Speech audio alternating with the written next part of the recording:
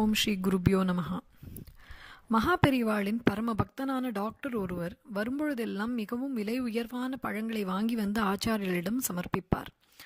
ஒரு சமயம் மகாபெரிவா கும்பகோணத்துக்கு அருகே ஒரு இடத்தில் முகாமிட்டிருந்ததை கேள்விப்பட்டு அவரை தரிசிக்க அங்கே வந்தார் அந்த மருத்துவர். வழக்கம் போல ஏராளமான பழங்களை வாங்கி வந்த அவர் முகாமை நெருங்கிய பொழுது மகாபெரிவாளின் அணுக்கத் தொண்டர் ஒருவர் அருகே நிற்பதை பார்த்தார். அடிக்கடி வருபவர் என்பதால் அந்த அணுக்கத் தொண்டரிடம் சகஜமாக பேசிய அவர் பேச்சோடு பேச்சாக ஒரு விஷயத்தை சொன்னார். மகாபெரியவா பிக்ஷை பண்ணணுங்கிறதுக்காக நான் இப்படி விலை உயர்ந்த பழங்களாக வாங்கி வந்து தருகிறேன். ஆனால் மடத்தில் உள்ள பெருச்சாளிகள் தான் அதை தின்றதோன்னு சந்தேகமா இருக்கு. அப்படி எதுவும் நடந்துடாம நீங்க தான் பார்த்துக்கணும் என்றார் மருத்துவர். அந்த தொண்டருக்கு என்ன பதில் சொல்வது என்றே தெரியவில்லை. பேசாமல் இருந்தார்.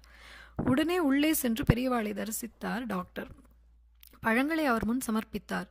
பிறகு சாஷ்டாங்கமாக விழுந்து வணங்கிவிட்டு புறப்படுவதற்காக பிரசாதம் வேண்டி பெரியவா முன் பவ்யமாக கையை நீட்டினார். அவருக்கு பிரசாதம் தராத மகா பெரியவா, இவ்வளவு தூரம் இத்தனை பழத்தையும் வாங்கிட்டு வந்திருக்கே, இன்னும் கொஞ்ச நேரம் இரு, ஒரு வேலை இருக்கு உனக்கு என்றார். ஆச்சாரியா இப்படி சொன்னதும் சரி என்று சொல்லிவிட்டு கொஞ்சம் ஒதுங்கி நின்றார் அந்த டாக்டர். சுமார் 2 மணி நேரத்திற்கு பிறகு இங்கே வா என்று மருத்துவரை கூப்பிட்ட மகா பெரியவா பேசத் தொடங்கினார். இவ்வளவு விலை உயர்ந்த கனிகளை வாங்கி வந்திருக்கிறாய்.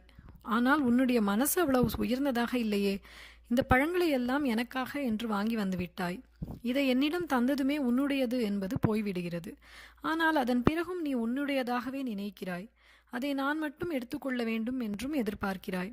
இங்கு எத்தனையோ பேர் எவ்வளவோ பழங்கள் உட்பட என்னென்ன முடியுமோ எல்லாமும் கொண்டு வந்து தருகிறார்கள். எல்லாரும் தரும் எல்லாவற்றையும் நான் ஒருவனே எடுத்துக்கொள்ள வேண்டும் என்று நினைத்தால் அது முடியுமோ? இங்கே மடத்துக்காக தங்கள் குடும்பத்தை விட்டு எத்தனையோ பேர் வந்து சேவை செய்கிறார்கள். அவர்களுக்கெல்லாம் தர சந்நியாசியான என்னிடம் என்ன இருக்கிறது? பலரும் என்னிடம் தருவதை தானே நான் இவர்களுக்கு தர வேண்டி இருக்கிறது. இந்த மடத்தில் இருக்கும் பெருச்சாளிகள் நீ தருவதை தின்கிறது என்று சொன்னாயே, அப்படியானால் முதல் பெருச்சாளி நான் தானே?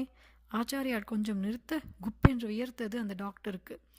சகல அவயங்களும் நடுங்க, பெரியவா மன்னிக்கணும் ஏதோ ஆதங்கத்தில் வார்த்தைகளை முடிக்க இயலாமல் தழுதழுத்தார். சரி, பெருச்சாளிகள் தின்னக்கூடாதுன்னு சொல்லிட்டு அப்படின்னா இதையெல்லாம் இங்கே வைக்கக்கூடாது இல்லையா? கேட்ட பரமாச்சாரியா யாரும் எதிர்பார்க்காதபடி அந்த பழங்களை எடுத்து பக்கத்தில் இருந்த ஜன்னல் வழியாக வெளியே எறிய ஆரம்பித்தார். தவித்து போன டாக்டர் அவசர அவசரமாக ஜன்னலை நெருங்கி தெருவை எட்டி பார்த்தார். அங்கே வரிசையாக நிறைய நரிக்குறவர்கள் நின்று அந்த பழங்களை பிடித்து கொண்டிருந்தார்கள். அந்த சமயத்தில் டாக்டர் எட்டி பார்க்க அவர்தான் பழங்களை போடுகிறார் என்று நினைத்து, சாமி நீங்க நல்லா இருக்கணும் என்று குரல் கொழுப்பினார்கள்.